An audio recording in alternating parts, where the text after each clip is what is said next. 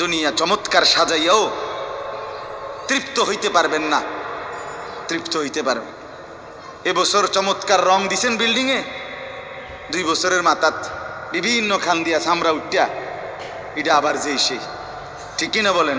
তা আবার রং দাও। এই সোফা চমৎকার বানাইছিল, ওই যে বার্নিশ নাই, দেখেন এই যে সোফা, এটা এই যে দেখেন, কথা বলেন না, এই সোফা এটার মধ্যে আসেনি ওন বার্নিশ, তো এটা আবার কি করতে হইব? তো লাভ হইল কো? দুনিয়া তো ধোকা, দুনিয়া ধোকা। এই সৌন্দর্যময় চেহারা নারী 30 বছরের ব্যবধানে উনি বুড়ি, আর কেউ ফিররা এদিকে ফিরা সেফও হালায় না। আজ যেই যুবতী, যেই বেহায়া নারী, বেপর্দা মহিলা বাজারে বাজারে ঘুরতো, যৌবন, আরে সেটা তার সম্পদ না, তারটা হইলে তো নিজের হইলে তো সে কখনোই বুড়া হইতো না। আল্লাহ তাআলা বলছে, আমি যখন যৌবন শেষ করে দিলাম, তো এখন আর কোন পুরুষ তার দিকে ফিররা থুতুও বালায় না। দুনিয়া এক অবস্থায় থাকে না, এক হালাতে থাকে না বাপ। এই জন্য ছেলেদেরকেও বলি, বাপ জিন্দিগি সুন্দর করো। তোমার এই হাসি থাকবে না, তোমার এই সুস্থ সুন্দর সুঠাম দেহ থাকবে না। আন্তরিকতা নিয়ে শুনলে, নিজের ভিতরে নেক মানসিকতা যদি থাকে, গ্রহণ করার মানসিকতা, তাহলে অল্প কথাতেও ফায়দা। আর গ্রহণ করার মানসিকতা না থাকলেও 50 বছর শুনলেও গুনার অভ্যাস ছুটে না। দেখেন না 70 বছরের বুড়া মানুষ চা দোকানে টেলিভিশন দেখে, তাহলে এত বড় বুড়ো মানুষ, মুরব্বী, উনি এখনো যদি বিড়ি খায়, সিগারেট খায়, এখনো যদি চা দোকানে টেলিভিশন দেখে, তো ওনার এই মন্দ অভ্যাস, বদ অভ্যাস কত বছর পরে ছুটবে? উনি আরো কয়শো বছর বাঁচলে গিয়া বুঝবে এটা গুনাহ। আর ওনার আর মেয়াদ আছে কি? এই জন্য বললাম, আপনি খবর নিলে দেখবেন 30 বছর মসজিদে আসা যাওয়া করে ঠিকই, কিন্তু যথাযথ আন্তরিকতা, দিলের মধ্যে আখেরাতের কোনো মানসিকতাই নাই,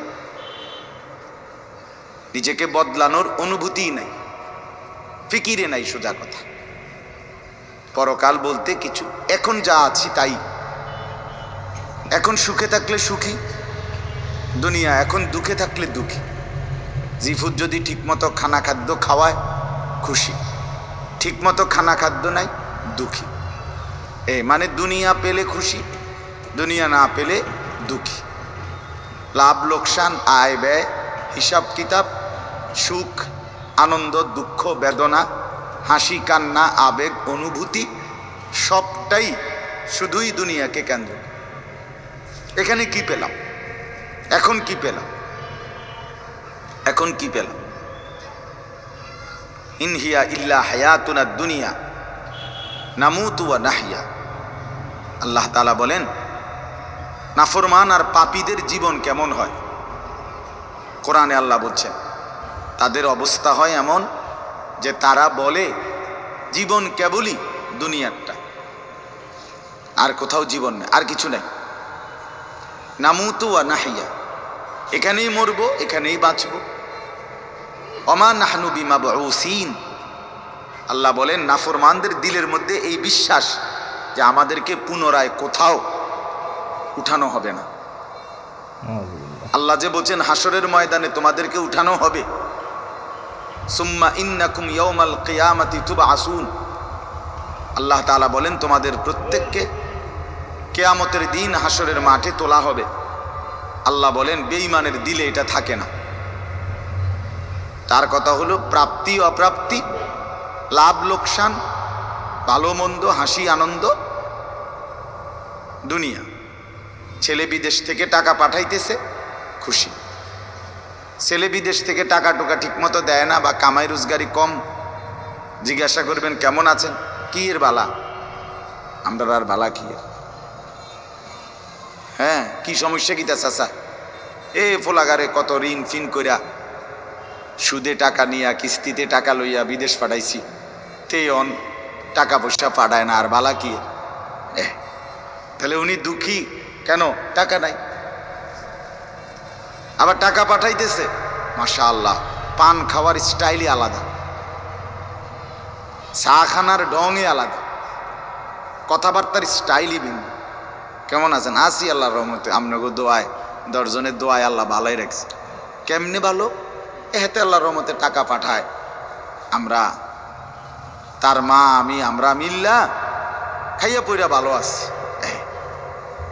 তাহলে ভালো থাকে দুনিয়া, ভালো থাকলে ভালো নাই দুনিয়া, ভালো না থাকলে তা আখিরাত, কবর, মৃত্যু পরবর্তী জিন্দিগি, সের জন্য কি ব্যাপার?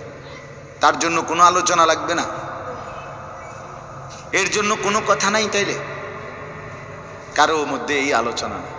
স্বামী স্ত্রী পরস্পরের আলোচনা, এই ঘর সংসার বাজার, খাট ফার্নিচার পালং সোফা, হ্যাঁ, আসবাবপত্র গহনা অলংকার, এই নিয়েই পেরেশান, এই নিয়ে জিন্দিগি এর মধ্যেই আবদ্ধ। তো আখিরাত তাহলে কার জন্য? পরকাল কার জন্য? আমরা মুসলমান, আমরাই যদি পরকাল না চিনি, না বুঝি, আমাদের উচ্চারণে, আমাদের অনুভূতিতে, আমাদের আচরণে, আমাদের কথাবার্তা উঠা বসার মধ্যেই যদি পরকালের কোনো নমুনা দেখা না যায়, তো হিন্দু বৌদ্ধদের মধ্যেই দেখা যাবে। কথা উত্তর দেন। কবর হাসর আখেরাতের চিহ্ন ভেসে ওঠার কথা চালচলনে মুসলমানদের মধ্যে না কাফেরদের মধ্যে? মুসলমানদের মধ্যে। কথা তো ছিল এই,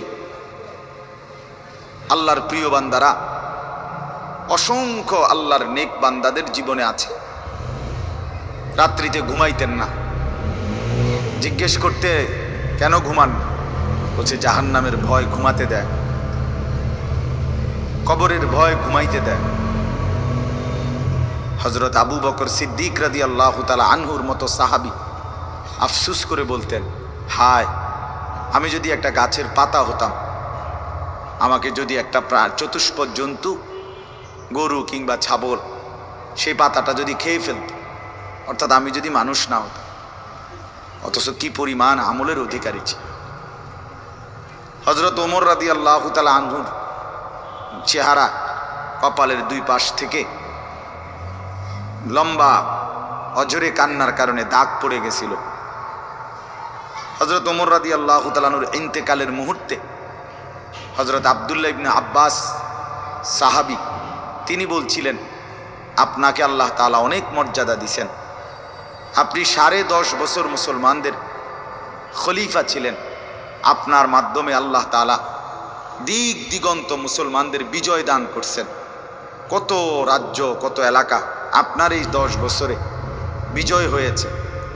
আপনার অনেক সম্মান, অনেক মর্যাদা, অনেক গুণ, অনেক বৈশিষ্ট্য। হযরত ওমর রাদিয়াল্লাহু তাআলা আনহু কিতাবের মধ্যে আছে, উনি চোখের পানি ফেলে বললেন আব্দুল্লাহ ইবনে আব্বাসকে, শোনো, আমি আল্লাহ তাআলার কাছে এতটুকু আশা করি শুধু যে আল্লাহ, আমার জীবনের যা নেকি আর আমার জীবনের যা গুনাহ, কমপক্ষে আমার নেকিগুলো যেন আমার গুনার মোকাবেলায় বরাবর হয়। অর্থাৎ এতটুকু নেকি যেন কমপক্ষে হয় যে গুনাহগুলোকে মোচন করে দেয়, নেকিগুলো দিয়ে গুনাহগুলো যেন মিটে বরাবর হয়। এর দূর যদি হয় তো আমি আল্লাহর কাছে সন্তুষ্ট নিজেকে মনে করি, আমার এর দূরে সারব। অর্থাৎ নিজের এই বিপুল পরিমাণ নেক আমলকে কিছুই মনে করেন, সামান্য। তা আমাদের পুঁজি কোথায়? আমাদের এই শুক্রবারের শুধু সপ্তাহে একদিনের জুমার নামাজ, এটাই আমাদেরকে জান্নাত এনে দিবে, ঠিক না? হ্যাঁ, মাঝে মধ্যে গরিব দুঃখীকে 2 টাকা 5 টাকা দিলে এতে আমাদের বেহেশত চলে আসবে, ঠিক না? তো বলেন, এজন্য বললাম আমরা প্রত্যেকে আন্তরিকতা নিয়ে ভেতরে যারা মনোযোগ দিয়ে শুনে দেখবেন আমার আপনার ভেতরে যদি অনুভূতি তৈরি হয়, ভাবনা তৈরি হয়, ফিকির আসে, লাভ। সবাই একসাথে হবে না, সবাই একসাথে বদলায় না, সবাই একসাথে পরিবর্তন হয় না, কারো কপালে পরিবর্তন হয়ই না, বদনসিব। কারো সময়ের ব্যবধান হয়। আমাদের প্রিয় নবী সাল্লাল্লাহু আলাইহি সাল্লামের কাছে যারা সাহাবী হয়েছেন, কালেমা পড়ছেন, তারা প্রত্যেকেই প্রথম দিনেই তো সবাই কালেমা পড়ছেন, ঠিক না? বুঝেন নাই কথা? যতজন সাহাবী হয়েছে নবীজির, সবাই একদিনেই কালেমা পড়ে ফেলছে নাকি? তাইলে সময়ের আগ পিছ আছে কিনা বলেন? কেউ প্রথম দিন কালেমা পড়ছে, কেউ 21 বছর পরে কালেমা পড়ছে, কেউ 22 বছর পরে কালেমা পড়ছে।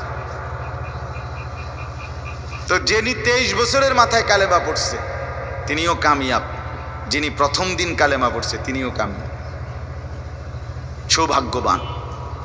এজন্য বুঝ আসবে, এর মধ্যে আকপিস হবে। সবাই একই দিনে জোনায়েদ বাগদাদি হবে না, সবাই একদিনে বাইজিদ বুস্তামি হবে না, সবাই একদিনে রাবেয়া বসরি হবে না, সময়ের ব্যবধান হবে, আকপিস হবে। এবং কারো কপালে হেদায়েত জুটবেই না। ইন্নাকা লা তাহদি মান আহবাবতা।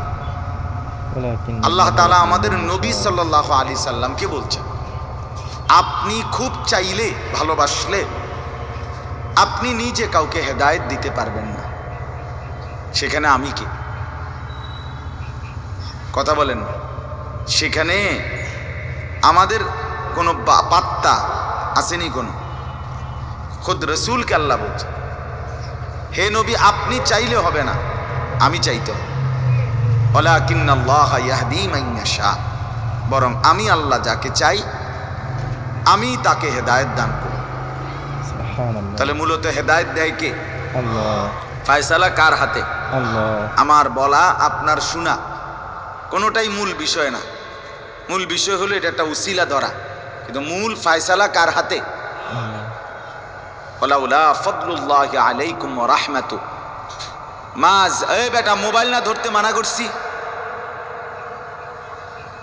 সুন্দর করে বললে হয় না, অনেকের খাসিয়ত এতটাই